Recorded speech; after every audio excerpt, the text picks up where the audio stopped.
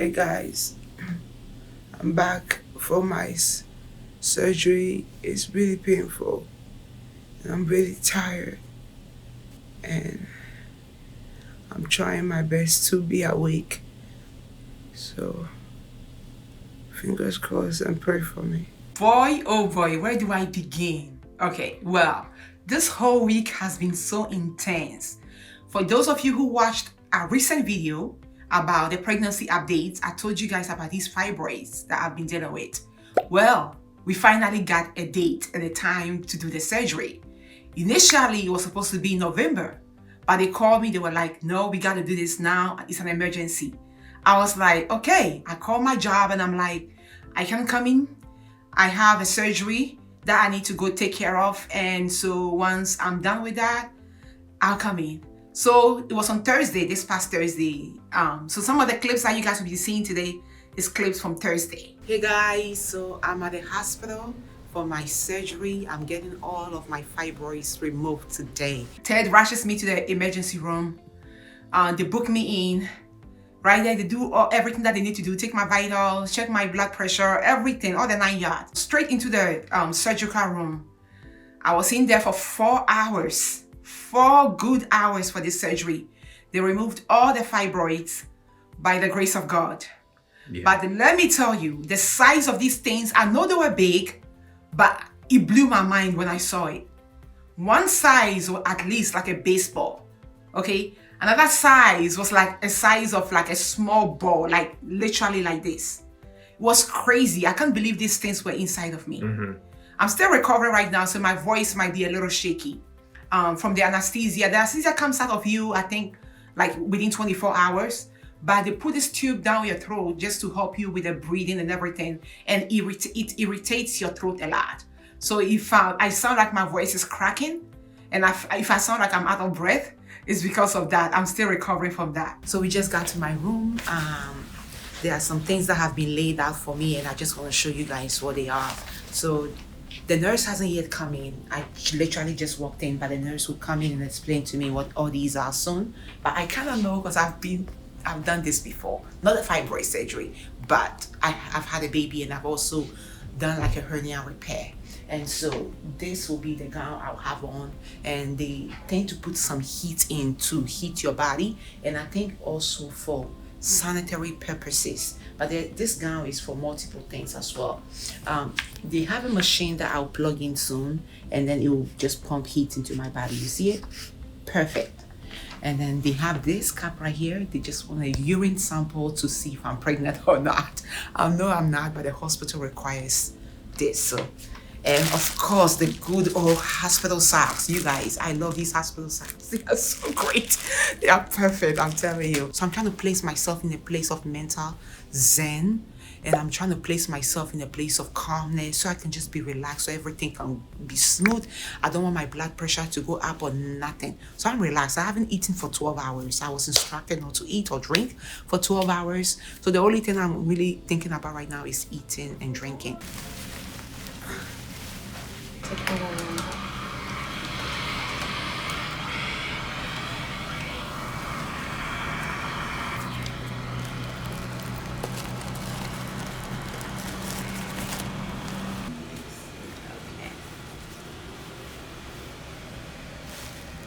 But one of the things that was really annoying to me throughout this whole procedure is when I got to the hospital and they were trying to find an IV vein and they couldn't find one because I had to fast for 12 hours. That was crazy to me, guys. So the nurse comes in, she does everything she needs to do. And she's like, okay, let's find an IV vein, and then we just put the IV in. And she's like, that is to administer the medication, okay? When you don't drink water, it's hard for them to find the vein. Yeah. And so she pokes me here. I still have the bumps everywhere. She's like, oh, that is not sex. She goes up here and pokes me. Oh, that's not sex. She pokes me here. That's not sex. She was going to poke me again. I said, no, you're not poking me again. She goes and finds another nurse. The other nurse comes. She also can't find a vein. And then they bring in an OG nurse, okay? Boom. And she finds a vein right away. And I was like, oh my gosh. Yeah, that's why I have a lot of respect for young nurses. But them OG nurses, they've been in the game longer, so they know what they are doing. Like, I was so grateful for that OG nurse. She just came in, boom, because I hate needles. So having to be poked so many times, I was poked like 5 times already. And I didn't want to be poked again. And I was like, okay. It took them a few pokes for them to get the IV in, but they finally did.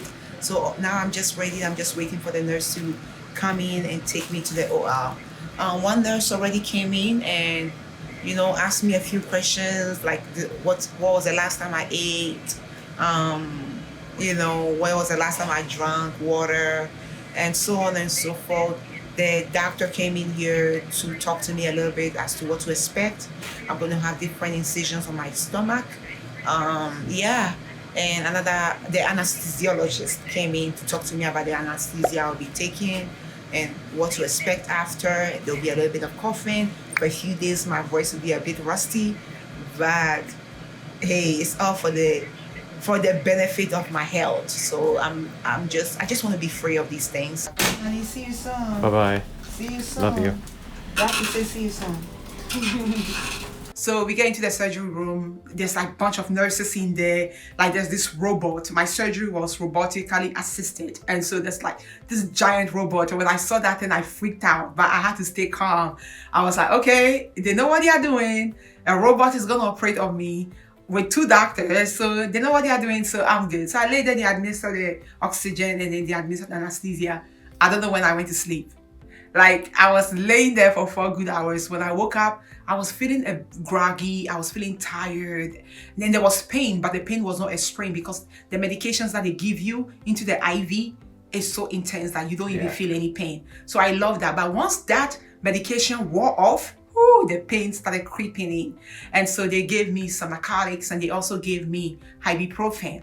I prefer the ibuprofen better than anything else. So that's what I've been taking up to now. Especially breastfeeding. Especially with breastfeeding. I didn't want to have anything else in my system. They gave me a patch for nausea that I was to wear until today, and I took it off actually this morning.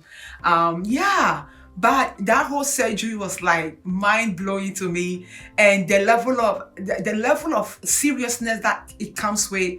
I was just downplaying it, but this thing is like serious. Yeah. They have all these patches in your womb, literally on your uterus. And during the surgery, they need to be careful not to rupture anything. They have to be extremely careful. Yesterday, I read a summary of everything that my doctor had written, and I noticed every single thing, step by step as to what they did during the surgery. And I really loved reading that.